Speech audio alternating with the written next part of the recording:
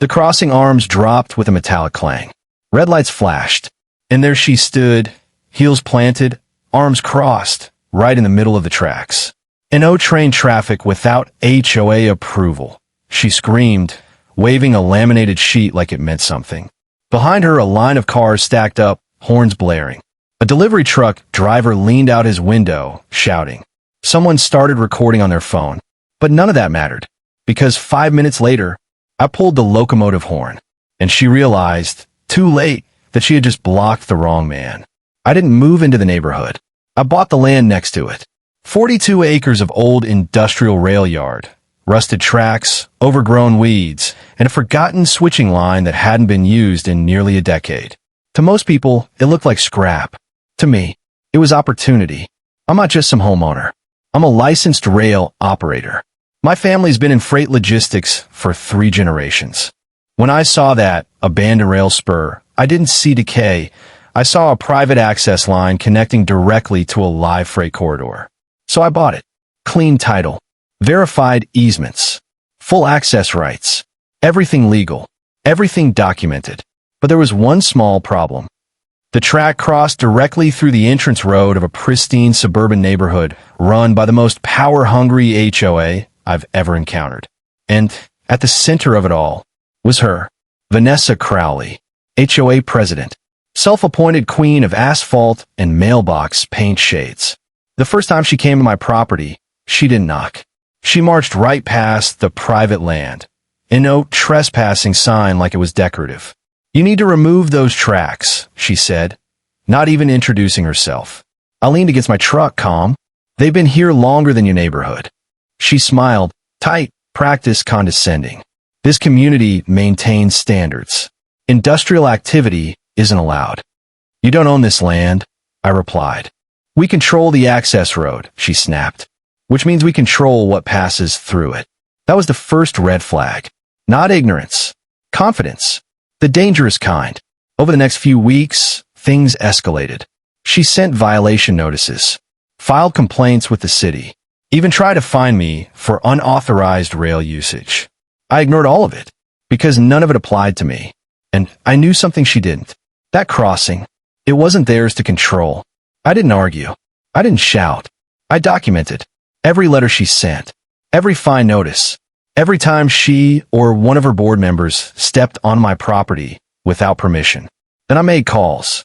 City Planning Office, State Transportation Authority, Railroad Commission, and most importantly, my attorney.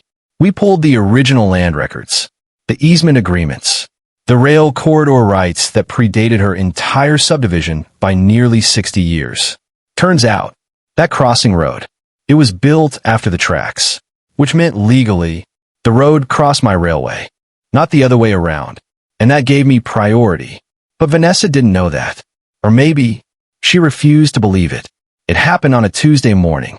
I had scheduled my first official rail movement, a test run to clear debris and confirm the line was operational. Permits approved. Authorities notified. Everything by the book. I wasn't trying to cause trouble. I was starting a business. But when I approached the crossing, I saw her, standing there, with 2 HOA board members, and a folding barricade dragged straight across the tracks. She raised her hand like she was stopping traffic. "You're not going anywhere," she said. I stepped out of the cab. "Move the barricade. This road is HOA controlled. No commercial activity permitted. You're blocking an active rail line." "No," she said, smirking. "I'm enforcing community rules." That's when I saw the police cruiser. She had already called them. The officer stepped out, looking tired. "What's the issue here?" Vanessa jumped in immediately. "This man is attempting to run a train through our residential road without authorization." The officer turned to me. "Sir," I handed him a folder. "Permits, rail operator license, notice filings with the state." He flipped through the pages. Slowly, carefully. Vanessa crossed her arms. "This is private community property. He has no right." The officer held up a hand. "Ma'am, these documents say this is a registered rail line. It's abandoned." "Not anymore," I said quietly. The officer looked between us, then at the barricade, then back at her. "Did you place this obstruction on the tracks?" "Yes," she said proudly. and refused to remove it when asked. Yes. He exhaled. That's a problem. That's when the second vehicle arrived. City Transportation Inspector, followed by a state rail compliance officer. I had called him earlier, just in case. Vanessa's confidence started to crack. What is all this? She demanded. The inspector walked straight to the crossing, examining the barricade. Who authorized this obstruction? I did, she snapped. He nodded slowly. Ma'am, you've just interfered with a regulated transportation corridor.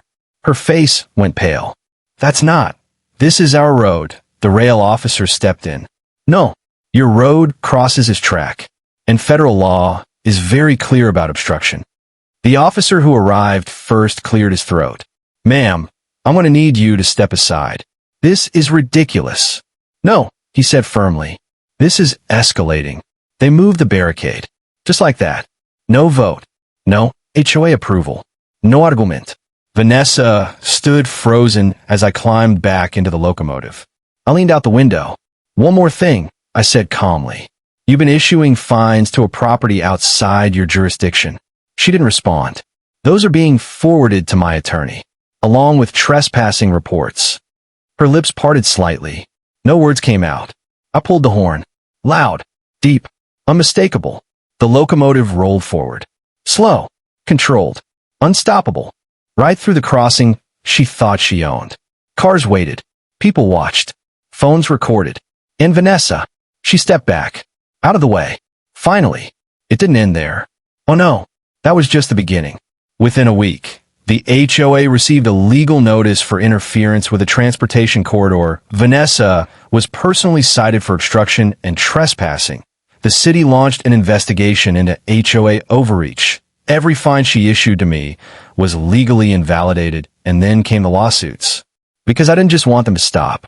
I wanted it on record. Fail my no. The HOA board held an emergency meeting. Vanessa didn't attend. Rumor was she stepped down. Quietly. No announcement. No apology. Just gone. A month later, I ran my first full freight load through that line. Clean. Legal. Unchallenged. The crossing lights flashed. The arms dropped. Traffic stopped.